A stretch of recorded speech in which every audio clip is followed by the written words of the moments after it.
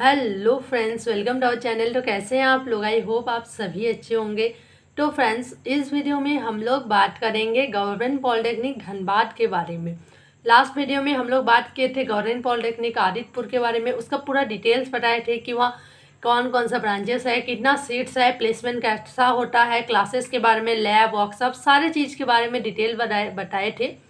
अगर आप लोगों ने वो वीडियो नहीं देखा है तो लिंक डिस्क्रिप्शन पे है, आप लोग जाकर देख सकते हैं।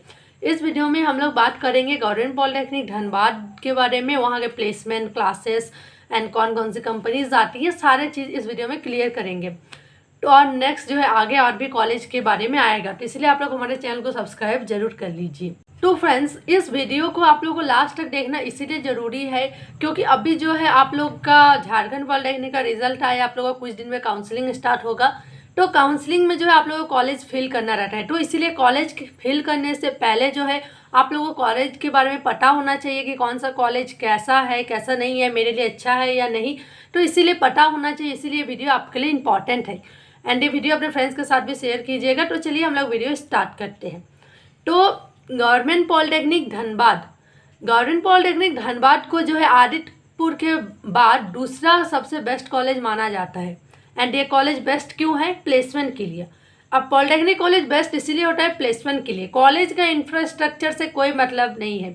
कॉलेज का इंफ्रास्ट्रक्चर से क्या ही मतलब होगा, स्टूडेंट वहाँ पे पढ़ने जाते हैं, ठीक है। तो इसीलिए प्लेसमेंट के अकॉर्डिंग आदितपुर के बाद दूसरा नंबर पे आता है गवर्नमेंट पॉलिटेक्निक धनबाद। तो आदितपुर अगर किसी स्टूडेंट को नहीं मिलता है तो उसका जो है एक और चॉइस रहता है कि हमको कम से कम धनबाद कॉलेज तो मिल ही जाए। तो अभी जो है धनबाद में हम लोग ब्रांचेस की बात करते हैं कि वहाँ पे जो है टोटल कितने ब्रांचेस है, कौन कौन से हैं। तो वहाँ पर टोटल आपको 5 ब्रांचेस देखने को मिलेगा। पहला है computer science, mechanical, electrical, civil and metallurgy. ये 5 ब्रांचेस वहाँ पर है। एंड हर एक ब्रांच में आपका टोटल 60 सीट्स है, यानी कि टोटल 300 सीट्स है गवर्नमेंट पॉलिटेक्निक धनबाद में।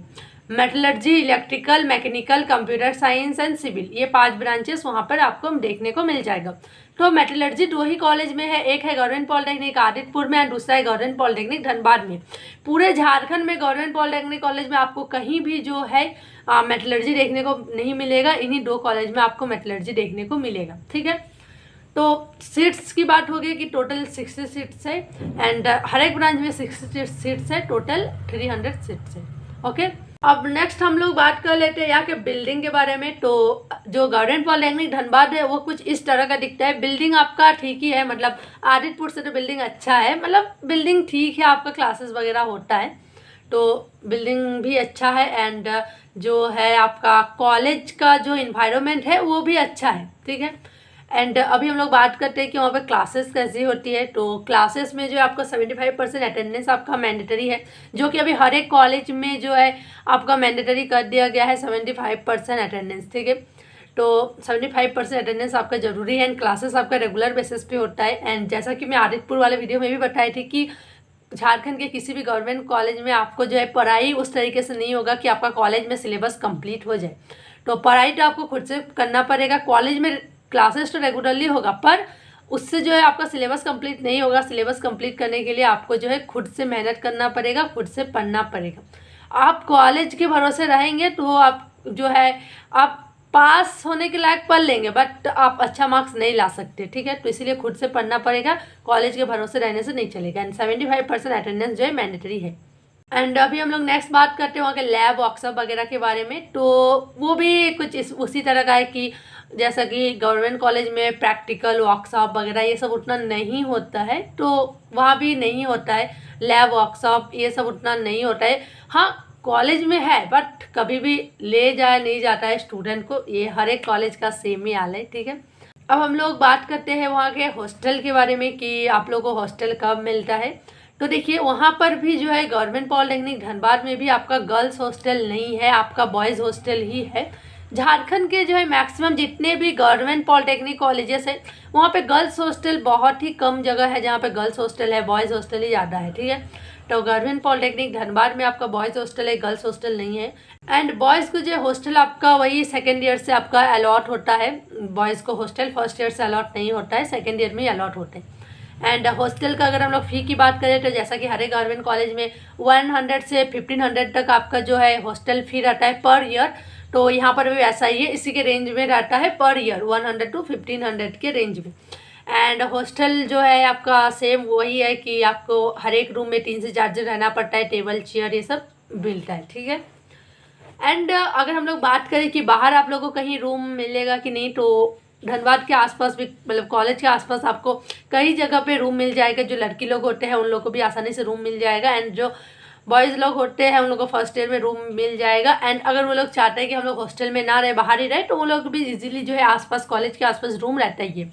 क्योंकि देखिए कॉलेज है तो कॉलेज के आसपास जो है सब रूम रेंट में देता है, क्योंकि पता है कि स्टूडेंट वहाँ पे पढ़ते हैं तो रहने के लिए आएंगे, तो इसीलिए कॉलेज के आसपास जो है आपको हर एक जगह इजीली रूम मिल ही जाता है। एंड हम लोग अभी बात करेंगे कि जो है कॉलेज का फ़ी कितना है। तो कॉलेज का फ़ी आपका वही 3 साल आपका 15 से 20 हज़ार में आपका कंप्लीट हो जाएगा।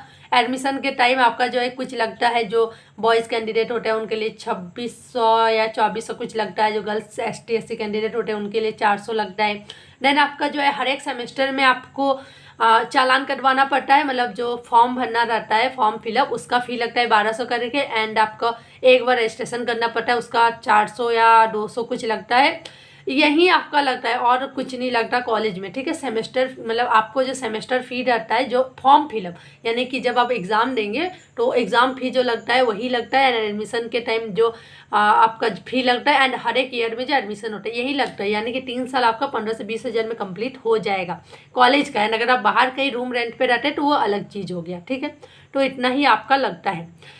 अब हम लोग बात करते हैं प्लेसमेंट के बारे में, जो कि हर एक स्टूडेंट यही सोच रहे होंगे कि प्लेसमेंट के बारे में कब बताएंगे। तो अभी हम लोग बात करें प्लेसमेंट के बारे में।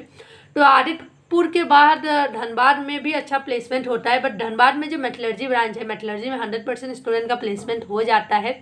क्योंकि देखिए मेटलर्जी का डिमांड काफ़ी ज़्यादा है स्टील प्लांट वगैरह में। एंड झारखंड में ओनली 2 जगह ऐसा है जहाँ पे मेटलर्जी है गवर्नमेंट पॉलिटेक्निक में, तो मेटलर्जी का 100% प्लेसमेंट हो जाता है धनबाद में।